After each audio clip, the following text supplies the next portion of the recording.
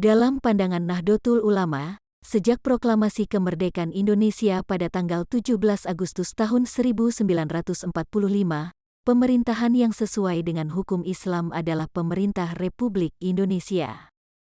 Oleh karenanya, usaha untuk merampas kemerdekaan itu adalah usaha yang harus dilawan dalam Islam.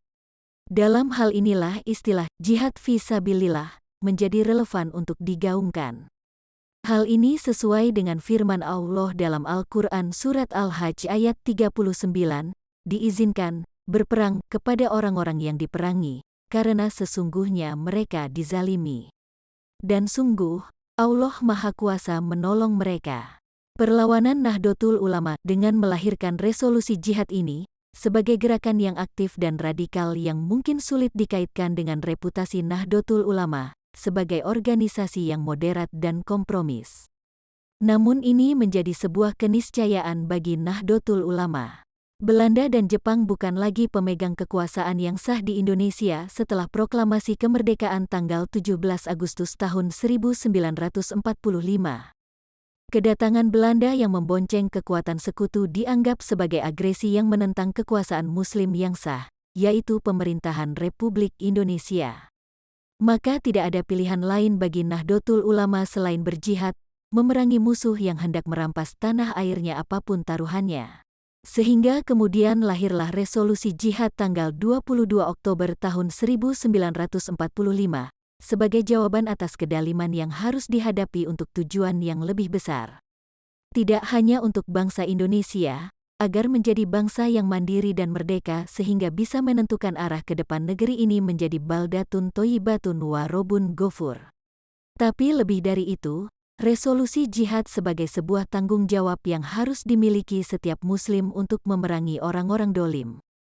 Karena nilai keimanan dan keislaman sulit terwujud pada bangsa yang jauh dari nilai Islami. Generasi yang sejak dini tidak memahami Islam sebagai kebiasaan hidupnya, maka akan butuh waktu panjang untuk mewariskan nilai itu pada generasi selanjutnya. Kecintaan kepada agama tidak harus menjadi penghalang untuk mencintai negerinya, justru kecintaan kepada agama yang menjadi dasar cinta pada bangsanya, menjadi keniscayaan yang harus ditegakkan. Agar keseimbangan dan kesempurnaan serta kemaslahatan umat manusia menjadi sebuah realita. Tidak hanya impian semata. Inilah yang menjadi titik balik kemerdekaan Indonesia, sehingga menjadi negara yang merdeka dan mandiri. Bismillahirrahmanirrahim. Merdeka! Kita tunjukkan bahwa kita ini adalah benar-benar orang yang ingin merdeka.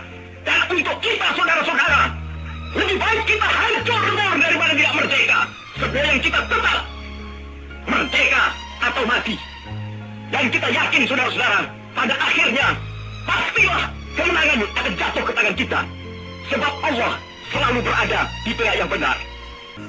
Selama banteng-banteng Indonesia masih mempunyai darah merah yang dapat membuat setarik kain putih, merah dan putih, maka selama itu tidak akan kita mau menyerah kepada siapapun juga. Allah